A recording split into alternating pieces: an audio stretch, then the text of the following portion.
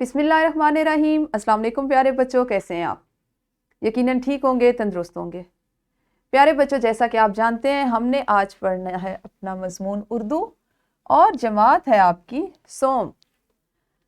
سبق نمبر 11.2 ہمارے قائد، جیسا کہ آپ کو تصویر سے اندازہ ہو رہا ہے، جس کا ہم آغاز کرنے جا رہے ہیں۔ آج ہم اس کو دوسرے حصے میں پڑھیں گے اور ہمارے آج کے حاصلات تعلم ہوں گے نظم و نثر کو تلفظ، آہنگ، لے اور روانی سے پڑھ سکیں، سادہ نظم پارے اور نثر پارے میں امتیاز کر کے اور سمجھ کر درست تلفظ کے ساتھ پڑھ سکیں اور اپنی جماعت کے معیار کے مطابق املا لکھ سکیں۔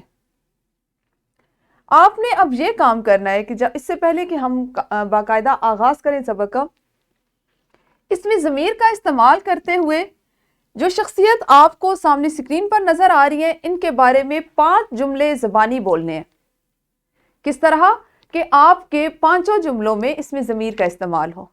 تو ویڈیو کو روکیے اور یہ سرگرمی کیجیے۔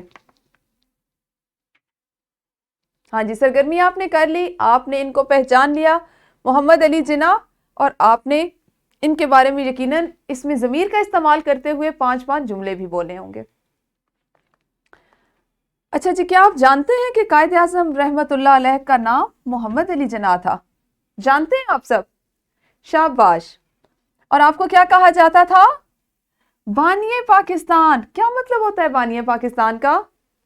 پاکستان بنانے والا، اور بھی ایک نام تھا بابائے قوم۔ بابائے قوم پوری قوم کا باپ، بڑا جو ہوتا ہے اس کو کہتے ہیں بابا، ہے نا؟ بابائے قوم، ہماری قوم کا، پاکستانی قوم کے بابا یعنی بڑے۔ اچھا جی، آج ہم نے اپنی نظم جو ہے ہمارے قائد، اس کو آہنگ اور لے سے پڑھنا ہے اور اس کے ساتھ ہی ساتھ آپ لوگ املا لکھنے کی مشق بھی کریں گے۔ آپ نے نظم کل گھر جا کے پڑھی ہوگی، کیونکہ آپ نے جو واحد اور جمع کا کام کرنا تھا وہ آپ نے نظم سے پڑھ کے کیا۔ ہم ابھی دیکھتے ہیں کہ ہم اب کیا کریں گے۔ سب سے پہلے اس کے خاص الفاظ کو دیکھ لیتے ہیں۔ غازی، سب سے پہلا لفظ ہے غازی۔ غازی ہوتا ہے جو جنگ پہ جاتے ہیں نا جوان، ان میں کچھ شہید ہو جاتے ہیں اور جو جنگ جیت کر واپس آ جاتے ہیں زندہ سلامت، ان کو غازی کہتے ہیں۔ اس کے بعد ہے صفت، کسی خوبی کو کہتے ہیں صفت۔ تعبیر، خواب کا پورا ہو جانا، سچ ہو جانا۔ افضل، بڑا۔ خاصہ، کسی چیز کی خوبی، اس کی خصوصیت۔ اور شمشیر، تلوار۔ اور بل بوتے پر، کسی کے ہمت پر، کسی کے اپنے اس ہونے پر، ٹھیک ہے، اس کے اپنے زور بازو پر۔ کردار کے غازی کی صفت اقبال نے جو کی۔ کردار کے غازی کی صفت اقبال نے جو کی، قائد کی شکل میں ملی تعبیر نو اس کی۔ قائد کی شکل میں ملی تعبیر نو اس کی۔ کردار تھا ایسا کہ دشمن بھی جو آیا، منفی کوئی کردار میں شاید دیکھ نہ پایا۔ سچ بولنا قائد کی طبیعت کا تھا خاصا، نہ کھیل پسند آیا جو یاروں کو بھی روکا، نہ اچھی لگی جو بات اس سے بھی ٹوکا، کم عمری میں ہی دوستوں نے آنکھوں پہ بٹھایا۔ کس کے بارے میں لکھی گئی ہے؟ قائد کے بارے میں۔ اور اب تک کون کون سی خوبیاں کردار کے غازی کی صفت اقبال نے جو کی؟ اقبال سے مراد کون ہے؟ علامہ اقبال، ہمارے قومی شاعر۔ اور انہوں نے جو صفات بیان کی تھی کردار کے غازی کی، ایسا شخص کہ جس کا کردار اتنا مضبوط ہو، تو وہ انہوں نے ایک خواب کی صورت میں، خاکے کی صورت میں بیان کی نا، تو وہ کس طرح سے ظاہر ہوئی، لوگوں نے کس صورت میں سامنے دیکھی؟ قائد کی شکل میں۔ کردار تھا ایسا کہ دشمن بھی جو آیا، دشمن سے مراد یہاں پر انگریز اور ہندوستان میں رہنے والے سکھ اور ہندو تھے، کہ آپ کردار کے اتنے مضبوط تھے کہ کوئی بھی منفی کردار میں کوئی بھی شے جو ہوتی ہے وہ آپ میں نہیں کسی دشمن نے بھی دیکھی تھی۔ یعنی وعدہ خلافی نہیں کرتے تھے، جھوٹ نہیں بولتے تھے، دھوکہ نہیں دیتے تھے، اپنے تمام کاموں کو وقت پر سر انجام دیتے تھے اور بات بہت دلیل کے ساتھ کرتے تھے۔ تو یہ وہ خصوصیات تھیں، وہ صفات تھیں جو قائد اعظم کے دشمن بھی مانتے تھے۔ پھر قائد اعظم کی طبیعت کا سب سے بڑی جو خوبی تھی، جو خاصہ تھا، خاصہ کہتے ہیں خوبی کو، وہ تھا سچ بولنا۔ سچائی کی جو طاقت ہے، اسی کی وجہ سے ہم نے پاکستان حاصل کیا اور قائد اعظم اس سے واقف ہیں۔ نہ کھیل پسند آیا جو یاروں کو بھی روکا۔ آپ نے ہمیشہ ایسا کام کرتے تھے کہ جو دوسروں کو بھی اچھا لگے اور آپ کو بھی.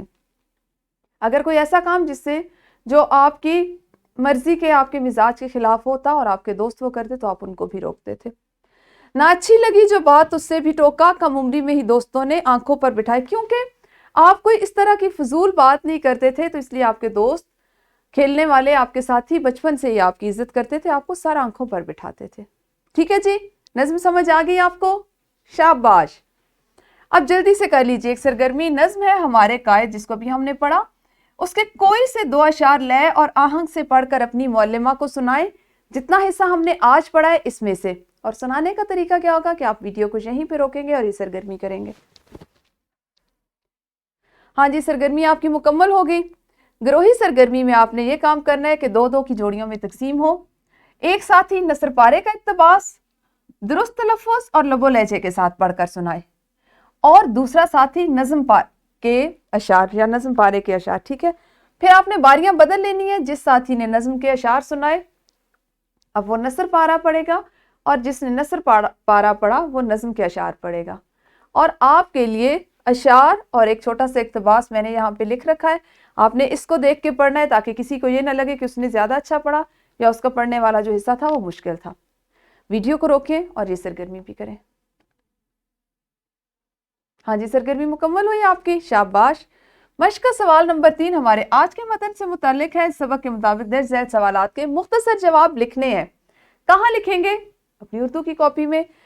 پہلا, دوسرا, تیسرا اور چوتھا جز. اور ہمارے دوسرے سوال کے پہلے 5 اجزاء جو ہیں یہ ہمارے آج کے سبق سے ہی متعلق ہے, جس کو ہم نے ابھی پڑھ لیا تو اس کو آپ ابھی اپنی کتابوں پر مکمل کر لیجئے. اور چوتھا سوال درج ذیل بند کو درست تلفظ لیں اور آہنگ سے پڑھیں. کیونکہ پڑھنے کی مشق ہم نے ابھی بھی کی ہے تو مزید آپ اس کو ابھی جماعت میں کر سکتے ہیں, اور اگر جماعت میں نہیں کرنی تو اس سوال کو آپ خاص طور پر گھر میں ضرور کریں گے. ٹھیک ہے, پھر گھر میں آپ نے کیا کرنا ہے کہ والدین کی مدد سے نظم کے کوئی سے 2 اشعار کی املا لکھنی ہے, اور آپ اپنے والدین کو بتائیے گا کہ آپ نے جتنے اشعار آج پڑھے ہیں صرف وہ ان میں سے آپ کو املا کروائیں. والدین آپ کی املا کی جانچ کریں گے اور غلطیوں کی اصلاح بھی کروائیں گے. یہ گھر کا کام ہے جسے آپ کر کے لائیں گے, اور ایک ورک شیٹ ہے. دی گئی نظم کو تلفظ, آہنگ, لے اور روانی کے ساتھ پڑھیں.